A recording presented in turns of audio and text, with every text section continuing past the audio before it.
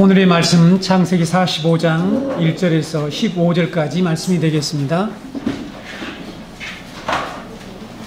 창세기 45장 1절에서 15절 말씀을 제가 여러분 앞에 낭독해 드리겠습니다.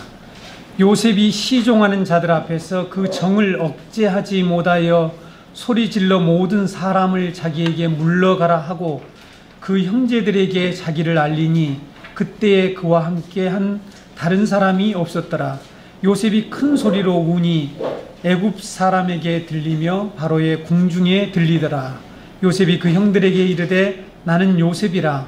내 아버지께서 아직 살아계시니까. 형들이 그 앞에서 놀라서 대답하지 못하더라. 요셉이 형들에게 이르되 내게로 가까이 오소서. 그들이 가까이 가니 이르되 나는 당신들의 아우 요셉이니 당신들이 애굽의 판자라. 당신들이 나를 이곳에 팔았다고 해서 근심하지 마소서. 한탄하지 마소서. 하나님이 생명을 구원하시려고 나를 당신들보다 먼저 보내셨나이다. 이 땅에 2년 동안 흉년이 들었으나 아직 5년은 밭가리도 못하고 추수도 못할지라. 하나님이 큰 구원으로 당신들의 생명을 보존하고 당신들의 후손을 세상에 두시려고 나를 당신들보다 먼저 보내셨나니 그런즉 나를 이리로 보낸 이는 당신들이 아니요 하나님이시라.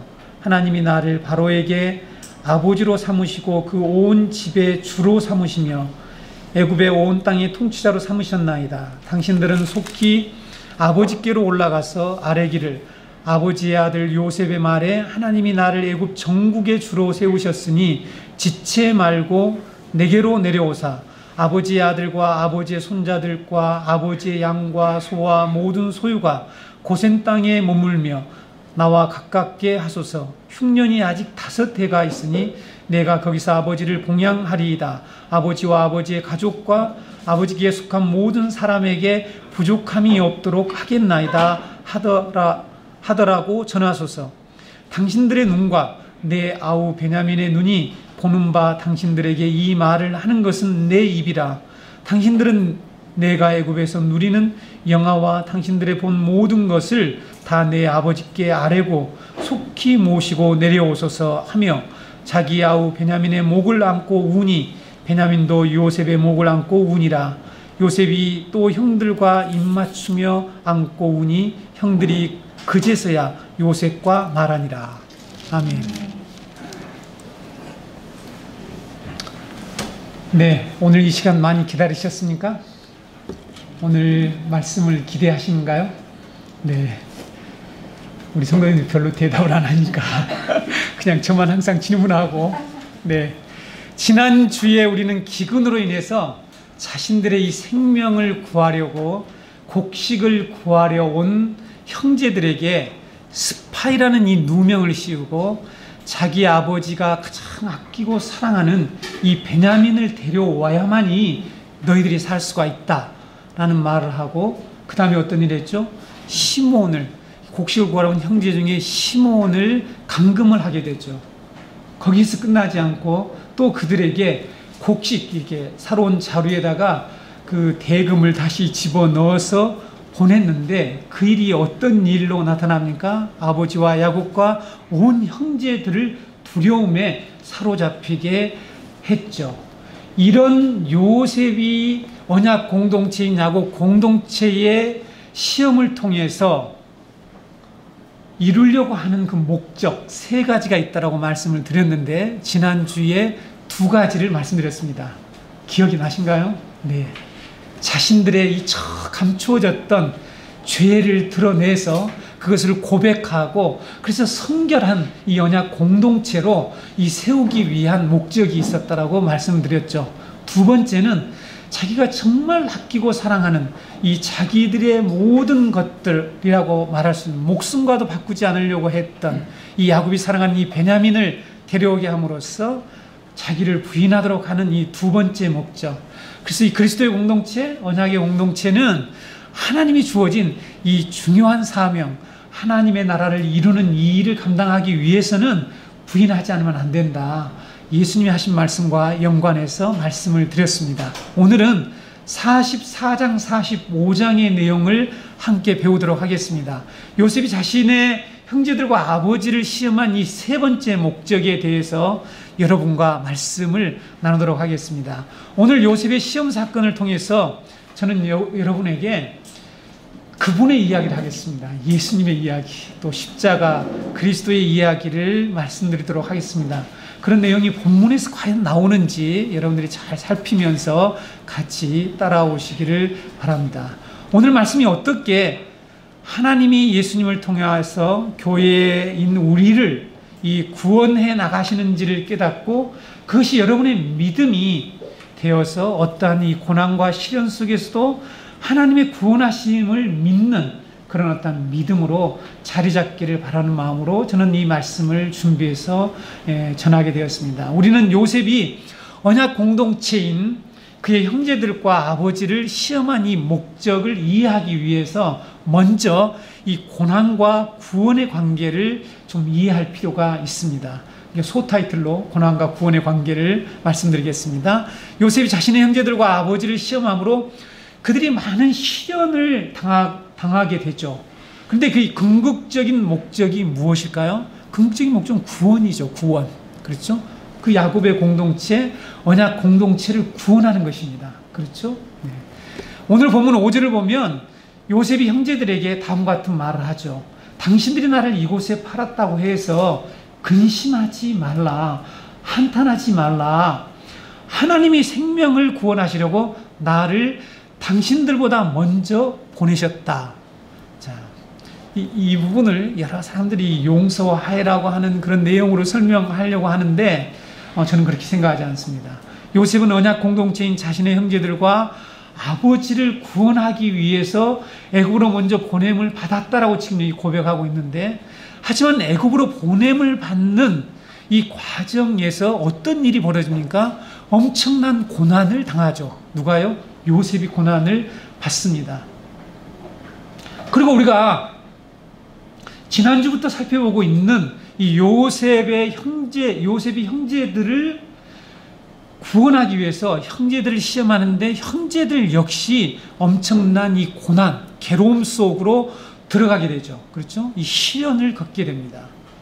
그러므로 우리는 요셉의 사건에서, 아니 성경 전체의 내용을 볼 때에 하나님의 구원 역사에는 고난이 동반한다라는 사실을 깨달을 수가 있죠. 고난과 구원, 시련과 구원은 하나의 짝을 이루고 있다는 것을 우리가 성경에서 배울 수가 있습니다. 다시 말씀드리면 고난과 시련은 하나님의 구원 역사와 결코 분리되지 않는다. 우리는 그걸 분리시키려고 하고 우리는 어떤 고난과 시련이 오지 않기를 원하지만 이건 한 짝이 되어 있기 때문에 분리될 수가 없다는 것을 우리가 기억하고 성경을 통해서 그것을 꼭 배워야 된다는 사실이죠. 요셉은 이스라엘이라는 야곱의 공동체와 온 세상을 구원하기 위해서 형제들의 미움을 받고 노예로 팔려가고 감옥에 들어가는 이 억울함을 당하고 여러 가지 시련을 당합니다. 그렇죠? 경험이 없으면 좀 와닿질 않죠. 근데 이제 실존적인 그런 실제적인 상황에 우리가 들어가 보면 요셉이 좀 이해가 될 수가 있겠죠. 고난을 받았습니다. 이것은 우리가 이미 배웠던 것처럼 예수님이 이 세상과 우리를 구원하기 위해서 받아야 할 고난과 시련에 대한 이 모형적 사건이다. 그래서 예수 그리스도의 모형이다 라는 것을 우리는 알고 있죠. 예수님은 이제 교회인 우리를 구원하기 위해서 요셉처럼 고난의 종으로 이 땅에 오셨습니다. 그렇죠? 그래서 시험을 받으시고 엄청난 시련을 당하시는 거죠. 시험을 받으시고 마귀에게, 그리고 많은 종교 지도자들에게, 당시 사람들에게 배척을 당하시고 이런 시련과 십자가에 달리시기까지 수많은 고난을 받으셨습니다. 이것은 하나님의 구원 계획을 이루기 위해서 구원자가 받아야 할 고난이죠. 자, 고난의 두 종류가 있는데 구원자가 받아야 할 고난이 있고요. 즉 요셉이 받은 고난이라는 말씀입니다. 지금 요셉의 스토리에서는. 그런데 지금 우리는 또 하나의 고난을 배우고 있는 중이에요. 42장에서부터 또 하나의 고난이 무엇입니까? 야곱의 공동체가 지금 받고 있는 시련과 고난이죠. 다시 말씀드리면 이 언약 공동체인 교회, 우리 성도가 받아야 할 시련과 고난입니다. 성경은 분명히 우리에게 이 성도가 받아야 할 그리스도의 고난에 참여해야 할 그런 고난을 계속해서 말씀하고 있는데, 우리는 사실 그런 고난 앞에 섰을 때 그런 고난을 우리들은 외면하거나 나에게 오지 않기를 원하거나 하는 그런 마음들을 다 가지고 있는 것 같습니다. 이 고난은 예수님이, 즉 성도가 받는 고난, 이 야곱의 공동체가 받는 고난, 이 고난은 궁극적으로 예수님이 받으신 고난에 참여하는 것인과 동시에 우리를 구원으로 인도하는 이 고난이라는 사실입니다. 우리를 구원으로 성장시켜 나가는, 성숙시켜 나가는 고난이라는 사실입니다. 하나님의 백성으로 더 변화시키는, 거룩해 하는 고난이라는 사실이에요. 그래서 고난은 필연적으로 이 구원과 함께 짝을 이루어서 이 교회 공동체에게 임한다는 사실을 우리는 꼭 믿어야 합니다. 이걸 믿지 않으면 우리는 당황하게 되고 우리는 신앙에서 흔들릴 수가 있게 되겠죠. 우리가 지난주부터 살펴보고 있는 창세기 42장에서 45장의 말씀은 바로 하나님의 언약 공동체인 교회, 즉 우리의 시련과 고난을 다루고 있다라는 것을 여러분들이 기본적으로 이해하셨으면 좋겠습니다. 그런데 종종 저를 포함해서 하나님 말씀을 제대로 몰랐을 때, 저도 마찬가지였는데 오해하는 일이 있습니다. 신앙생활의 목적, 많은 사람들이 신앙생활을 하는 그 목적 중에 하나가 이것이 아닌가 생각하는데, 시련과 고난이 나를 피해가거나 나의 인생에 없도록 만드는 것, 이것이 우리가 신앙생활하는 그런 목적으로 오해하는 교인들과 그렇게 말하고 가르치는 사람들이 종종 있는 것 같습니다. 신앙생활을 잘하면 어떤 환난이나 시련이 나의 생애에서 사라질 것이다, 피해갈 것이다, 없어질 것이라는 이런 낙관적 환상을 기독교의 신앙생활로 오해하는 이 경우가 있다는 사실입니다. 그러나 성경은 그렇게 말하고 있지 않습니다. 교회는 그리스도의 고난에 참여해야 된다라고 말씀하고 있습니다. 성도에게 그리스도의 남은 고난을 채워야 할 그 역할이 있다라고 얘기한다는 말입니다. 그래서 우리가 베드로 사도와 바울 사도가 전한 이 말씀을 한번 살펴보겠습니다. 베드로전서 4장 12절에서 13절을 보면, 사랑하는 자들아 너희를 연단하려고, 원래 이 실현하려라는 뜻이죠. 트라이얼입니다. 테스트라는 단어로 쓸 수가 있는데, 그러니까 실현하려고, 연단하려고는 불시험을 이상한 일 당하는 것 같이 이상히 여기지 말고 오히려 너희가 그리스도의 고난에 참여하는 것으로 즐거워하라. 이는 그의 영광을 나타내실 때에 너희로 즐거워하고 기뻐하게 하려 함이라. 성도에게 닥치는 이 고난과 연단, 시련을 이상한 일처럼 생각해서는 안 된다라고 말하고 있습니다. 근데 우리는 그것을 이상하게 여기거나 그것이 나에게 오면 안 된다거나 잘 믿어야지, 잘 믿었으면 이런 일이 없었을 텐데 라는 그런 생각을 한단 말이죠. 그래서 내가 혹시 잘못 믿어서 이런 일이 없는가. 제가 예전에 그 교회에서 섬겼던 한 선교사님이 암이 걸려서 돌아오셨어요. 싱글이고 평신도 선교사 하시는데, 그래서 여기 옆에 커피숍에서 이제 얘기를 하는데 무엇을 안타깝게 생각하냐면, 하나님을 열심히 믿고 선교사를 하고 헌신하기까지 이렇게 한 내가 암이 걸렸다면 다른 사람들이 나를 어떻게 바라볼 것인가 하는, 이게 지금 우리들이 가지고 있는 이 관점이에요. 그러니까 우리가 어떤 시련과 역경을 당할 때에 믿음 생활을 잘못해서 혹시 그런 일이 있을까 하는 이런 이제 자책감, 죄책감도 우리들에게 작동을 하게 되고요. 두려움도 작동하게 되겠죠.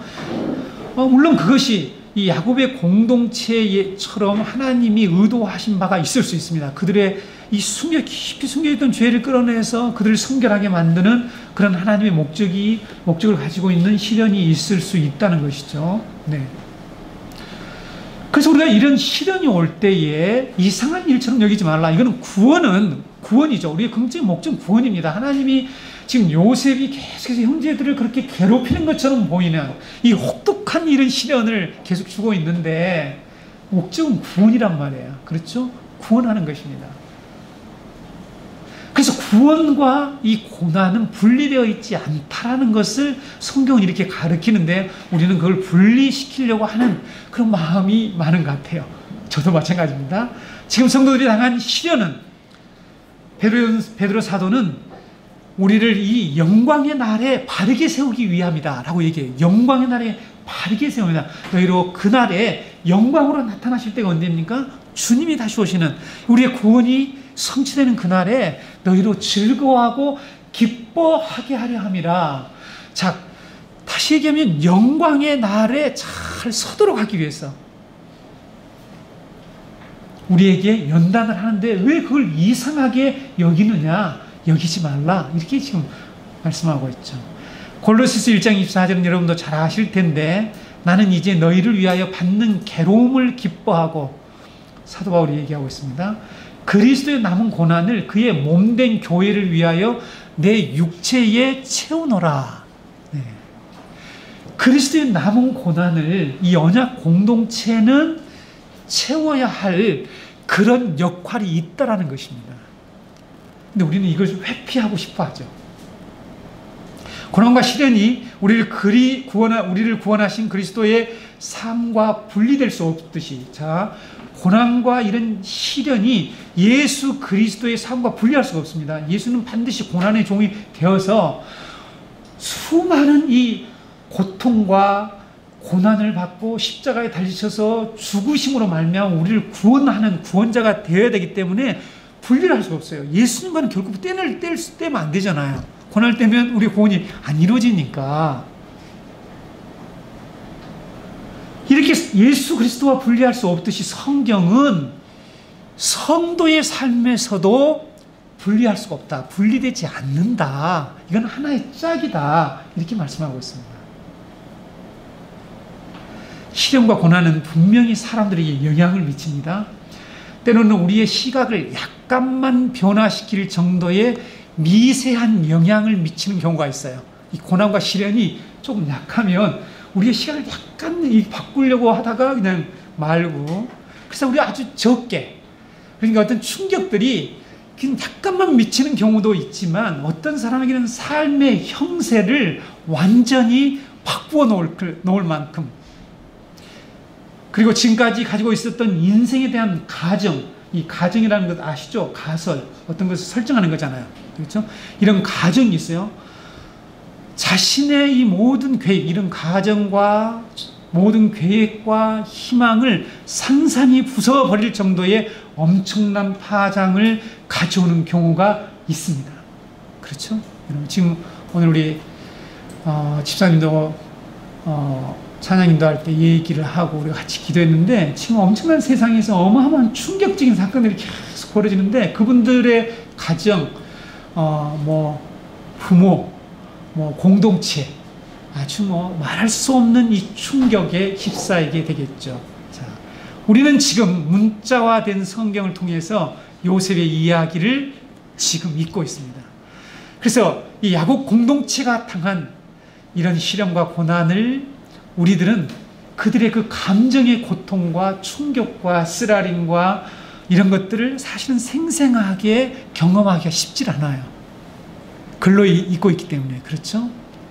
야곱 공동체가 당한 시련이 어떤 것인지를, 그래서 우리는 기도하면서 영적인 상상력을 동원해서 성령의 감동에 의해서 그 속에 들어가 봐야 됩니다. 그렇죠?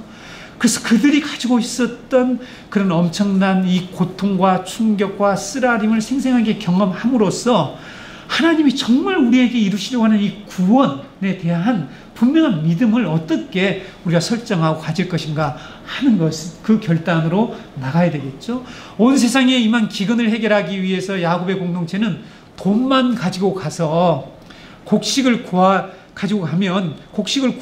올 수 있고 자신들이 살 수 있을 것이라고 하는, 저는 가정이라고 생각합니다. 가정을 가지고 그들은 애굽으로 내려가요. 그건 가정일 뿐이에요. 자, 왜 가정인지 제가 설명을 할게요. 우리 인간들이 가지고 있는 대부분의 생각들이 왜 가정에 불과한가? 가설이란 말이에요. 가설 아시죠? 네. 될 수도 있고 안 될 수도 있는 거예요. 근데 안 되는 게 훨씬 많다는 거죠. 애굽으로 내려가서 요셉에게 갔습니다.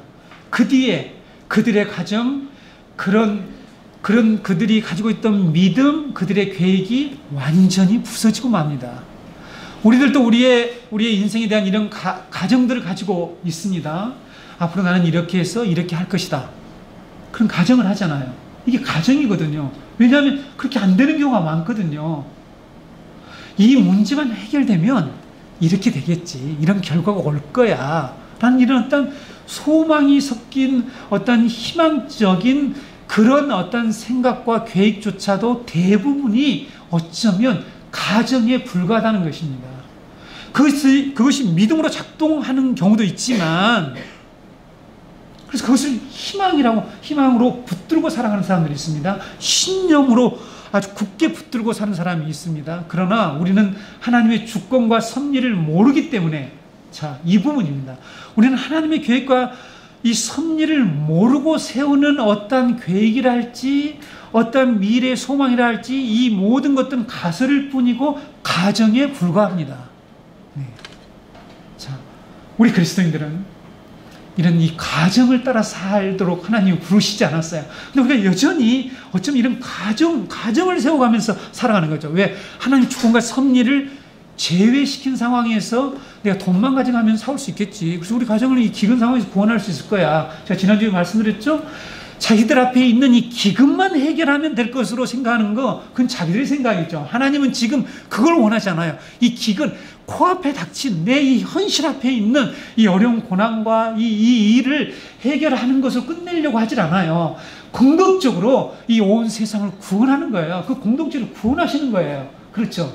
애굽으로 내려오게 만드는 거예요. 이게 세 번째 목적인데, 그렇죠? 이 가정이죠. 안 되잖아요. 그대로 되지 않았습니다. 완전히 깨져 산산이 부서지고 말았죠.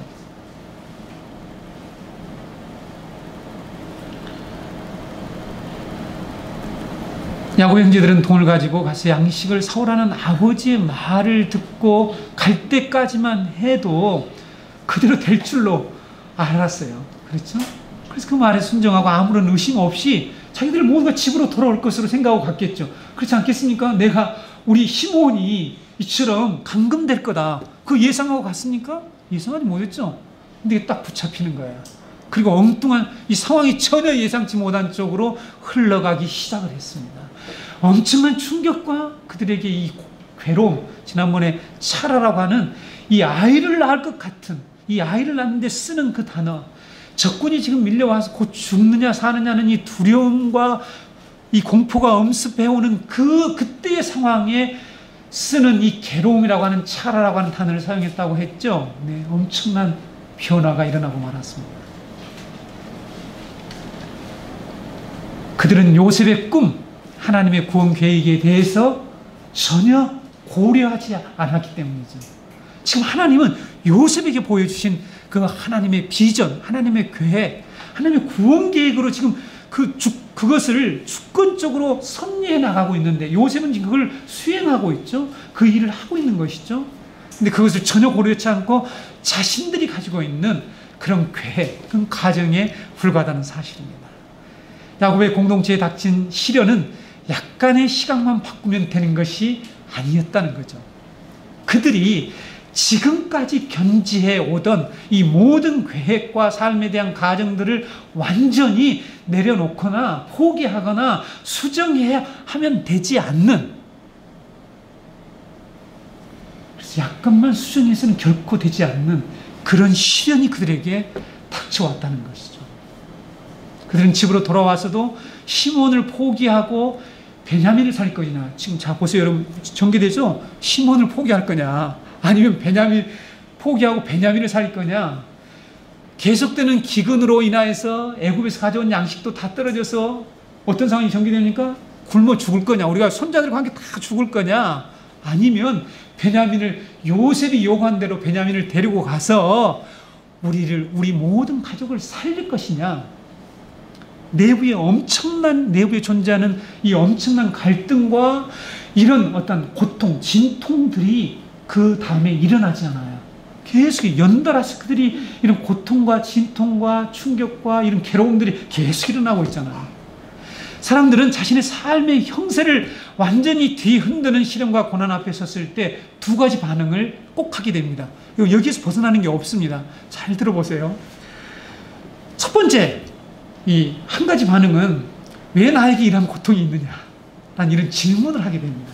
제가요, 제럴드 시처, 하나님 뜻인 성수에 나온 책인데, 이분, C.S. 루이스, 유명한 기독교 변증가, 자기 말년에 아주 40 이후에 얻은 아내, 사랑하는 아내가 죽었을 때에 그 받은 고통들을 쓴 책이 고통의 문제. 이런 유명한 신학자들과 학자들도 자기 앞에 닥쳐온 이 고통으로 인하여서 왜 나에게 이런 고통이 오는가 하는 이런 질문을 하면서 쓴 책들이 참 많아요. 저도 이번 주에 좀 읽어봤습니다. 왜 하필 나에게, 우리 가정에, 왜 나냐, 왜 우리 가정이냐, 우리 공동체냐 라고 하면서 다가온 고난에 대해서 당황을 하죠. 일단 충격을 받으면서 그 다음 단계가 뭘까요? 자, 이제 원망을 할 수도 있습니다. 그래서 이렇게 원망하거나 당황하면서 시련 속에 내포된 다른 차원을 전혀 고려하지 않는 반응을 합니다. 다른 차원을 고려하지 않는다는 것이죠. 성도 여러분, 이 세상에 있는 모든 고난에는 분명히 내포되어 있는 다른 차원이 있습니다. 그 부분은요, 제가 오늘 여러분이 다 고통의 문제에 대해 다 설명할 수 없지만, 아무튼, 기회 되면 종종 말씀드릴게요. 또 한 가지 반응이에요. 첫 번째 이해가 되시죠? 다른 차원을 전혀 고려하지 않고 원망하거나 절망하거나 낙심으로 끝을 내는 이런 반응들이 있다는 것입니다. 두 번째, 또 한 가지 반응은 가정의 이 역학 구조가 완전히 깨지고, 지금 요셉의 가정 얘기하는 것입니다. 어떤 판단을 하는 것이 옳은 것인지를 쉽게 구분할 수가 없는 이 대혼란을 겪어야 하고, 또 거기에 따른 엄청난 상실, 잃어버린 것들이죠. 상실을 감당해야 하는 이 변화 앞에서 그 시련과 고난을 하나님의 뜻과 연결시키는 사람이 있습니다. 하나님의 뜻과 연결시키는 사람. 그러니까 한 부류의 사람은 고난에 대한 영적 차원을 전혀 인식하지 않는 사람이 있는가 하면, 자신에게 다가온 이 시련과 고난에 대해서 영적 차원을 생각하는 사람입니다.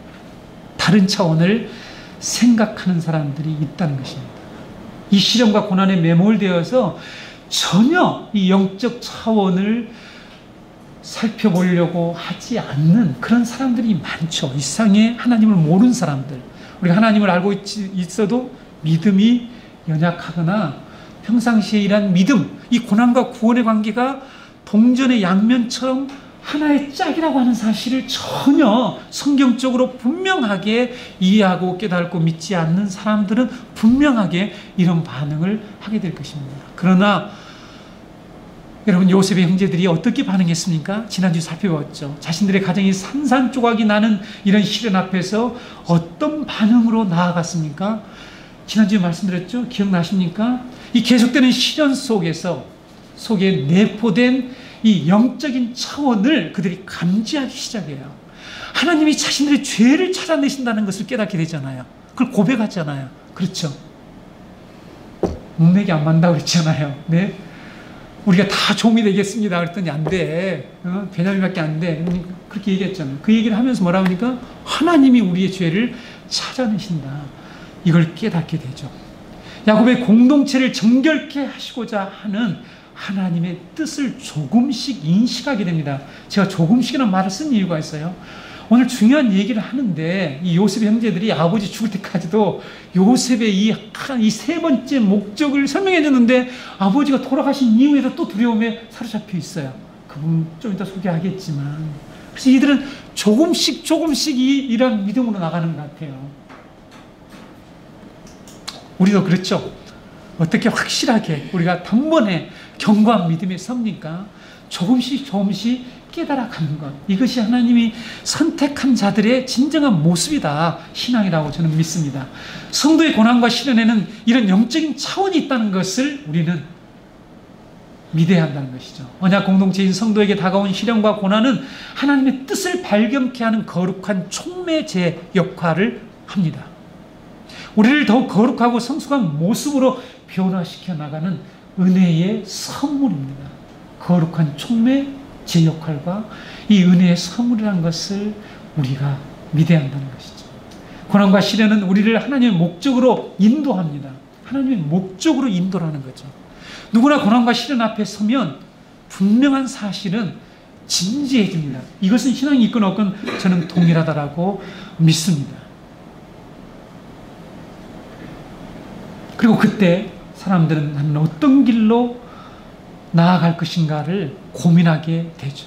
그래서 우리의 믿음의 사람들은 그 고민 속에 하나님의 뜻과 연결시키는 이 영적인 차원을 내포된 이 영적인 차원을 깨닫도록 기도하고 하나님의 뜻을 찾는 길로 나가는 것이 성도의 언약 공동체인 교회의 진정한 반응이라는 거죠.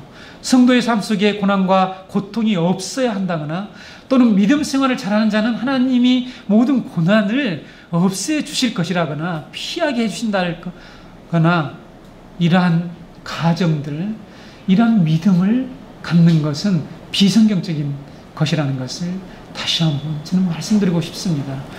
이 땅에 있는 모든 사람들은 고난과 이 구원의 관계 속에서 살아가고 있잖아요. 하나님의 이 구원의 거대한 이 역사 가운데서 살아가고 있는데 이 구원은 고난과 분리되어 있지 않기 때문에 하나의 짝이 되어 있기 때문에 성도 역시 모든 성도들은 이 다가오는 시련과 고난을 하나님의 목적과 하나님 계획과 어떻게 연결시키는 거가 중요한 것이지 그것을 피해달라, 그걸 없애달라, 없을 것이다 하는 것은 환상이죠.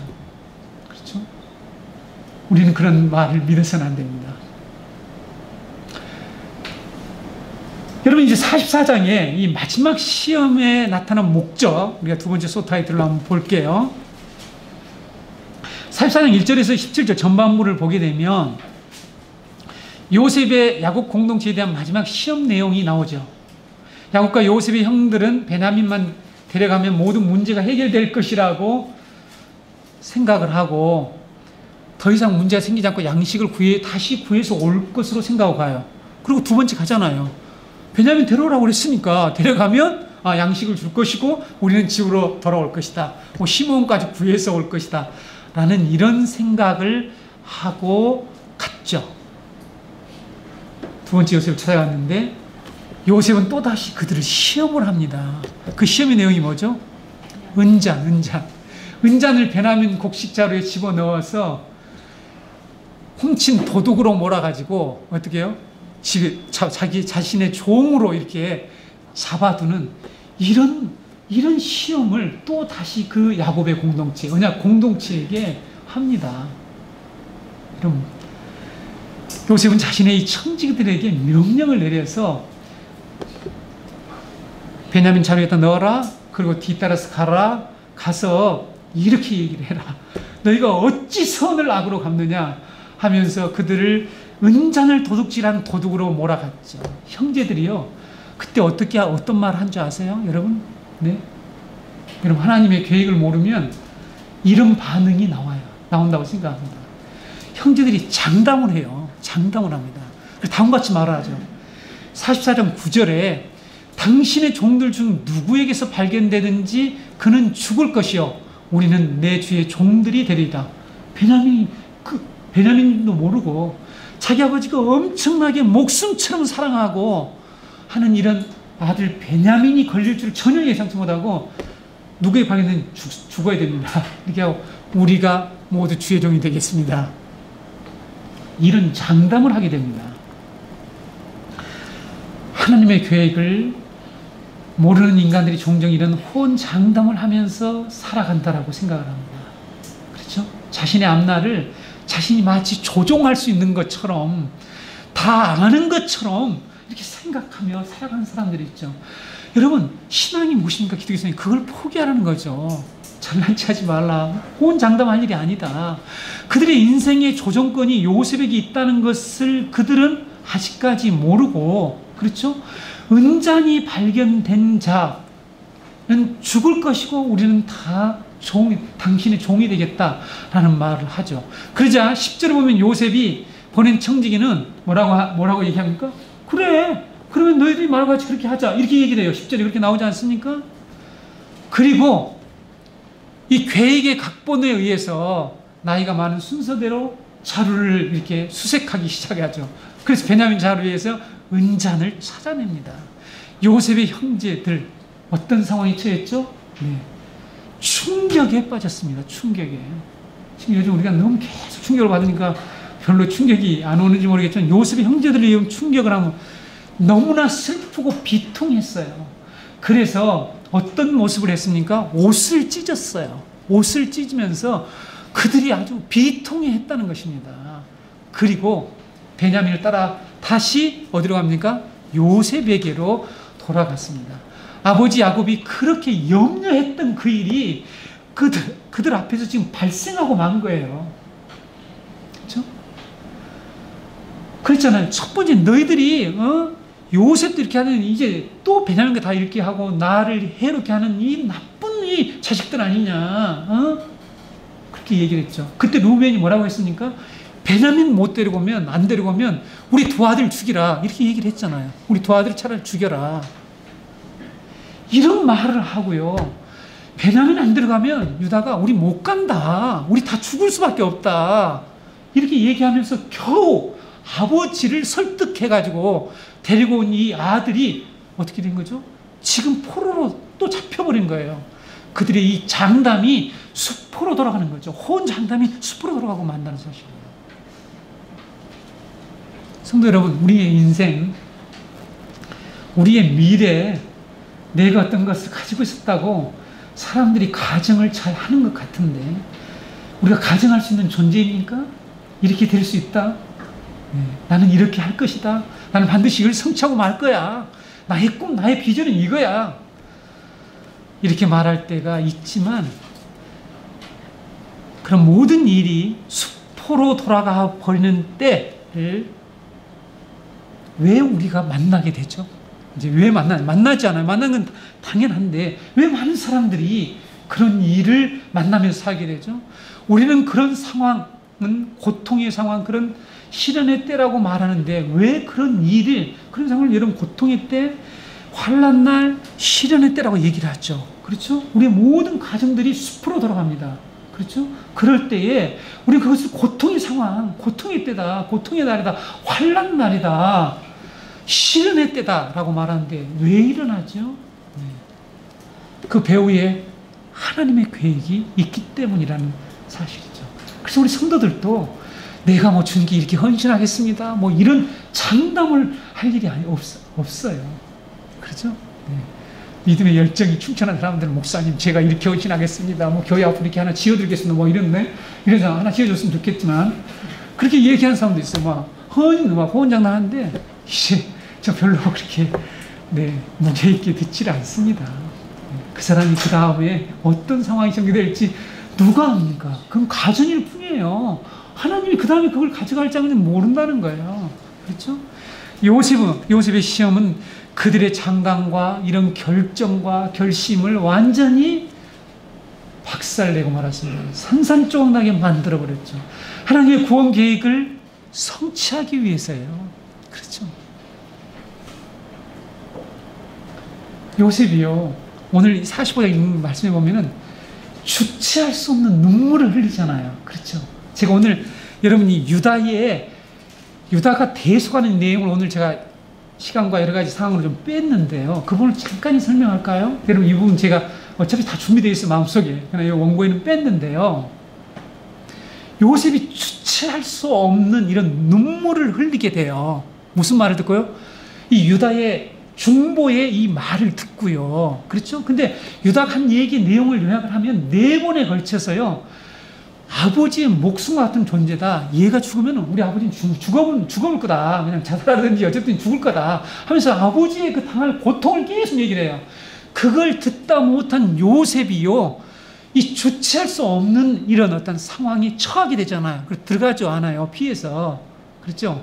예, 오늘 저도 새벽에 일어났는데 눈물이 주체할 수, 제가 눈물을 안 흘리는데 눈물이 주체할 수 없을 만큼 이게 흘렸습니다. 5시에 일어났는데. 그래서 좀 눈물을 좀 흘렸습니다. 근데 주체할 수 없는 눈물은 정말 이게 어떻게 할 수가 없더라고요. 근데 보세요. 자, 여기에서 여러분 어떤 내용이 나오냐 하면 우리는 시련을 당하고 고난을 당할 때에 이 당하는 입장에서만 주로 생각하는 경우가 많아요. 그런데 여러분, 이 세상의 모든 고난과 시련이 주는 자가 있다고 합시다. 근데 그 주는 자가, 그 허락하는 자가 꼭 준다라고 볼 수도 있고, 그걸 허용하고, 그렇죠. 이 세상에 왜 악을 허용하냐? 우리가 하나님의 고통에 대한 허용하는 이 문제를 얘기할 때, 허용하는 분이나 이 주는 자가 그 사람을 정말 사랑하는 자라고 한번 생각을 해보세요. 그러면 그 사람이 고통당하는 그 장소에 그와 함께 참여할까요? 참여하지 않을까요? 참여합니다. 이건 중요한 문제예요. 예수님이 십자가에 달려서 하나님이 함께 참여할까요? 하나님은 관심이 없이 멀리 떨어져 있나요? 그렇지 않요. 그 고난에 동참하게 되죠.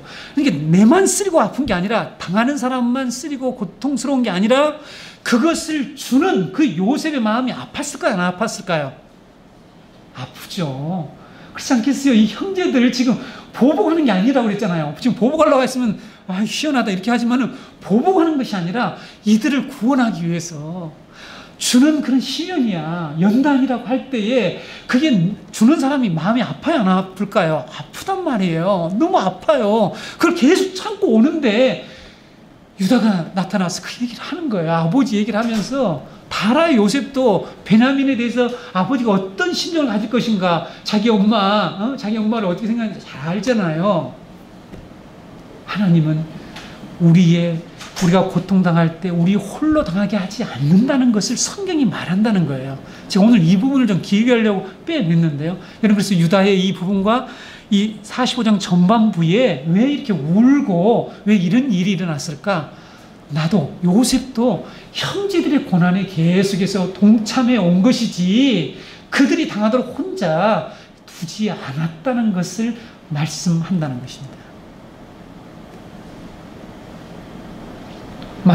요셉이 이 마지막 시험을 통해서 이루려고 하는 직접적인 목적은 베냐민을 종으로 붙잡아 놓고요. 그 다음에 뭐 하는 거예요? 아버지를 데려오게 하는 거예요. 아버지를 모셔오는 거예요. 그렇죠? 미끼죠, 미끼. 우리말로 하면 미끼를 걸어놓고 오게 하는 거죠. 다시 말씀드리면 야곱의 공동체를 애굽으로 이주시키는 거예요. 이게 여러분 직접적인 목적이라고 그랬습니다. 더 근거적인 목적, 더 큰 목적이 무엇입니까? 직접적인 목적은 기근에서 그들을 구원해내는 거죠, 일단. 그런데 더 궁극적인 목적이 무엇이죠? 하나님의 구속 계획을 이루는 거예요. 그렇죠. 애굽으로 내려오게 해서 70명이 애굽으로 내려오게 해서 약 300만, 200~300만에 가까운 엄청난 큰 민족을 이루어서 하나님의 구원 계획을 이루려고 하는 이 거대한 이 계획을 이루려고 이렇게 한 거예요. 그들을 고센 땅으로 데리고 와서 잘 먹고 잘 살, 여기 그런 표현이 있긴 해요. 있는데 그들을 내가 다 복지시설을 잘 해주겠습니다. 그렇게 하잖아요. 여기 보면. 잘 먹고 잘 살게 하는 그 목적에서 끝내는 게 아니에요. 이것을 우리가 바라보아서는 안 된단 말이죠. 교회와 성도들이 오늘날 예수를 믿는 게 뭐냐면 잘 먹고 잘 사는 이 고센 땅에서, 이 애굽이라는 고센 땅에서 내가 잘 먹고 잘 살고 복지시설 좋은 데 살고 하는 것으로 신앙생활을 해서는 안 된다는 것입니다. 더 요셉의 궁극적인 목적은 하나님의 아브라함에게 하신 약속, 그렇죠? 내가 너로 큰 민족을 이루겠다. 그렇죠? 너로 복의 원천을 만들어서 모든 민족이 열국으로 하여금 복을 받게 하겠다. 그런데 430년 동안은 이방이 객이 되게 하겠다. 지금 이 기초석을 놓는 일을 해야 되는데 그걸 하기 위해서 이 마지막 시험을 한단 말이에요. 끝까지 이 시험을 마음이 너무 아픈데 하는 거예요. 그래서 그것을 결국 얘기하잖아요. 고백하잖아요. 나 요셉이다. 요셉은 이 목적을 위해서 형들을 충격에 빠뜨리기도 하고요. 옷을 찢으며 비통하게도 만드는 시련을 주었습니다. 그렇죠? 성도 여러분, 언약 백성들에게도요, 우리에게도 항상 우리가 예비하고 준비해야 될 것 같아요. 이런 충격적인 어떤 고난과 역경과 시련이 닥쳐올 때에 궁극적으로 우리는 오늘 이 말씀 통해서 하나님은 하나님의 구원의 계획, 구원을 이루시기 위한 목적인 것을 믿고 그 단계에서 영적인 차원, 이 시련 속에 내포된 그 다른 차원을 깊이 묵상하면서 우리가 어떻게 하나님의 뜻에 순종하면서 애굽으로 이렇게 내려오라면 내려갈 것이냐, 어떻게 내가 준비하고 보따리를 쌀 거냐, 이런 어떤 준비를 해야 되겠죠. 요셉은 자기 형제들에게 자신이 바로 형들이 애굽에서 판 자라, 자신이 누군지를 밝힙니다. 그 말을 듣는 형제들은 어땠을까요? 다시 한번 충격을 받았습니다. 자, 여러분, 또 다른 어떤 차원의 충격을 받아요. 그들은 충격과 동시에요, 이번의 충격은요, 자, 이제는 더 심각한 어떤 충격에 빠져요. 두려움인데, 이 두려움이 무슨 두려움일까요? 무슨 두려움일까요? 네. 지금까지 우리에게 이렇게 혹독한 이런 시련을 준 이유가 여기 있었구나. 우린 죽었구나. 우린 이제 보복당하게 생겼네. 저 엄청난 파워로 우리는 살아날 수 없겠구나. 두려워했다, 근심했다고 하잖아요. 그렇죠? 그의 두려움은 아까 말씀드린 것처럼 야곱이 죽은 후에까지 지속되는데, 오늘 그 말씀만 읽고 50장에 가서 설명하는데, 50장 15절로 21절 한번 읽어볼게요. 자, 우리가 동시에 들어야 할 교훈이기 때문에 50장 15절로 21절, 요셉의 형제들이 그들의 아버지가 죽었음을 보고 말하되, 요셉이 혹시 우리를 미워하여 우리가 그에게 행한 모든 악을 다 갚지는 아니할까? 이 마음이 지금 이 내가 요셉이다 이렇게 얘기할 때 있었다는 게 없었다는 거예요. 예? 있었다는 거예요. 악을 갚지 않을까? 요셉에게 말을 전하여 이르되, 당신의 아버지가 돌아가시기 전에 했는지 안 했는지 모르겠어요. 명령하여 이르시기를, 너희는 이같이 요셉에게 이르라. 내 형들이 내게 악을 행하였을지라도 이제 바라건대 그들의 허물과 죄를 용서하라 하셨나니, 당신 아버지의 하나님의 종들인 우리 죄를 이제 용서하소서 하매, 요셉이 그들이 그에게 하는 말을 들을 때에 울었더라. 왜 울었을까요? 그게 아닌데, 나는 지금 용서가 다 끝났고 하나님의 그 계획을 향해서 지금 당신들과 함께 이 언약 공동체를 바르게 세우려고 하는데, 당신들이 그렇게 얘기하면 어떻게 되냐. 울었더라. 그의 형들이 또 친히 와서 요셉의 앞에 엎드려 이르되, 우리는 당신의 종들입니다. 요셉이 그들에게 이르되, 두려워하지 마소서. 내가 하나님을 대신하리까?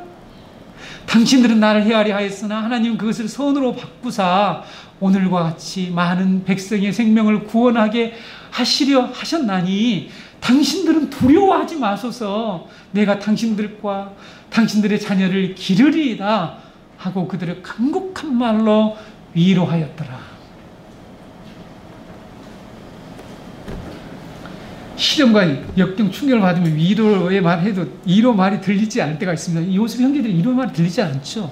그렇죠? 아버지가 돌아가신 이후에까지, 수년 후에까지 이런 현상, 이런 상태로 살았다는 것을 볼 수가 있죠. 요셉은 하나님이 보여주신 꿈, 하나님의 구원 계획에 기초해서 모든 행동을 한 것이지, 과거에 기초해서, 과거에 그들이 한 행동에 기초해서 지금 이런 일을 하는 게 아니잖아요. 그렇죠? 그렇죠? 그래서 보복하지 않아요. 근데 보복한다고 생각하는 거예요. 두려워했습니다. 그래서 근심에 쌓여 혹시라도 우리를 죽이지 않을까? 두려워하는 형들에게 요셉은 하나님의 이 큰 구원의 계획을 비로소 말씀하죠. 7절 8절 이제 다시 한번 읽어볼게요. 45형 7절 8절, 하나님이 큰 구원으로